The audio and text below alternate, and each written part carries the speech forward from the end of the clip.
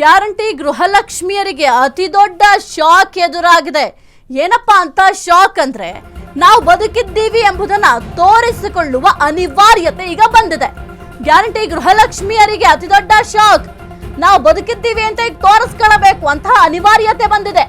ಜೀವಿತ ಪ್ರಮಾಣ ಪತ್ರ ಕೊಡಬೇಕಂತೆ ಗೃಹಲಕ್ಷ್ಮಿಯರು.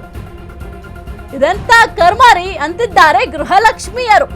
ಸಿದ್ದು ಸರ್ಕಾರದ್ದು ತುಘಲಕ್ ರೂಲ್ಸ್. ಜನಾಕ್ರೋಶ ವ್ಯಕ್ತವಾಗ್ತಿದೆ. ಜನಾಕ್ರೋಶಕ್ಕೆ ದನಿಗೂಡಿಸಿದ ವಿಪಕ್ಷ ನಾಯಕ ಆರ್ ಅಶೋಕ್.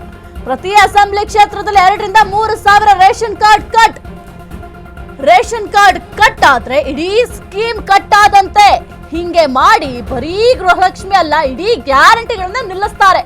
ಫುಟ್ಪಾತ್ ವ್ಯಾಪಾರಿಗಳನ್ನು ಆ ಪಟ್ಟಿಗೆ ಸೇರಿಸಿದ್ದಾರೆ. ಇದು ಬಡವರ ವಿರೋಧಿ ಸರ್ಕಾರ. ಅಶೋಕ್ ಅವರು ಕೆಂಡಾಮಿಡಲರಾಗಿದ್ದಾರೆ.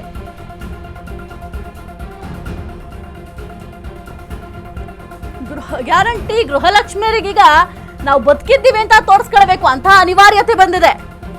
ಜೀವಿತ ಪ್ರಮಾಣ ಪತ್ರ ಕೊಡ್ಬೇಕಂತ ಇನ್ಮೇಲೆ ಗೃಹಲಕ್ಷ್ಮಿಯರು ನಮ್ಗೆ ಹಣ ಬಂದಿಲ್ಲ ಅಂತ ಹೇಳ್ತಿದ್ರಲ್ಲ, ಈಗ ಈ ಒಂದು ಹಣ ಬರ್ಬೇಕಂದ್ರೂ ಕೂಡ ನೀವು ಬದುಕಿದ್ದೀರಾ ಅಂತ ತೋರಿಸ್ಕೊಳ್ಬೇಕು. ಸಿದ್ದು ಸರ್ಕಾರದ ತುಘಲಕ್ ರೂಲ್ಸ್. ಜನಾಕ್ರೋಶ ವ್ಯಕ್ತವಾಗ್ತಾ ಇದೆ. ಜನಾಕ್ರೋಶಕ್ಕೆ ಆರ್ ಅಶೋಕ್ ವಿಪಕ್ಷ ನಾಯಕರು ಕೂಡ ದನಿಗೂಡಿಸಿದ್ದಾರೆ. ಪ್ರತಿ ಅಸೆಂಬ್ಲಿ ಕ್ಷೇತ್ರವನ್ನು 2-3 ಸಾವಿರ ರೇಷನ್ ಕಾರ್ಡ್ ಕಟ್.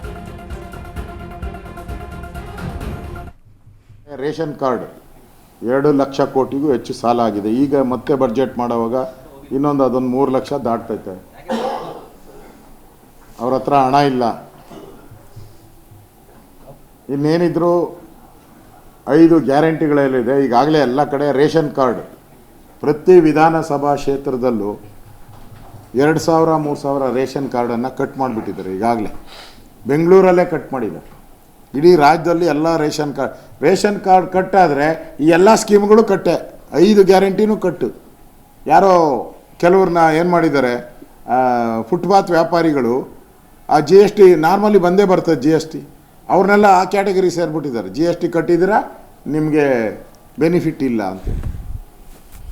ಅಂದರೆ ಇದು ಕಾಂಗ್ರೆಸ್ ಸರ್ಕಾರ ಈ ಥರ ತುಘಲಕ್ ದರ್ಬಾರ್ ಮಾಡ್ತಾ ಇರೋದು ನೋಡಿದ್ಮೇಲೆ ಇದು ಪಾಪರಾಗಿರೆ ಅನ್ನೋದಕ್ಕೆ ಸ್ಪಷ್ಟವಾದಂಥ ನಿದರ್ಶನ. ರಾಜ್ಯದ ಜನಗಳಿಗೇನು ಪ್ರಾರಂಭದಲ್ಲಿ 5 ಗ್ಯಾರಂಟಿ ಕೊಟ್ಟರಲ್ಲ, ಈಗಾಗಲೇ ಅದನ್ನು 20% ಕಟ್ ಮಾಡಿಬಿಟ್ಟಿದ್ದಾರೆ. ಮುಂದಿನ ದಿನಗಳಲ್ಲಿ ಇನ್ನಷ್ಟು ಕಟ್ 2 ಲಕ್ಷ ಕೋಟಿಗೂ ಹೆಚ್ಚು ಸಾಲ ಆಗಿದೆ. ಈಗ ಮತ್ತೆ ಬಡ್ಜೆಟ್ ಮಾಡುವಾಗ ಅದೊಂದು 3 ಲಕ್ಷ ದಾಟ್ತೈತೆ. ಅವ್ರ ಹತ್ರ ಹಣ ಇಲ್ಲ. ಇನ್ನೇನಿದ್ರು 5 ಗ್ಯಾರಂಟಿಗಳಲ್ಲಿದೆ. ಈಗಾಗಲೇ ಎಲ್ಲ ಕಡೆ ರೇಷನ್ ಕಾರ್ಡ್ ಪ್ರತಿ ವಿಧಾನಸಭಾ ಕ್ಷೇತ್ರದಲ್ಲೂ 2,000-3,000 ರೇಷನ್ ಕಾರ್ಡನ್ನು ಕಟ್ ಮಾಡಿಬಿಟ್ಟಿದ್ದಾರೆ. ಈಗಾಗಲೇ ಬೆಂಗಳೂರಲ್ಲೇ ಕಟ್ ಮಾಡಿದ್ದಾರೆ. ಇಡೀ ರಾಜ್ಯದಲ್ಲಿ ಎಲ್ಲ ರೇಷನ್ ಕಾರ್ಡ್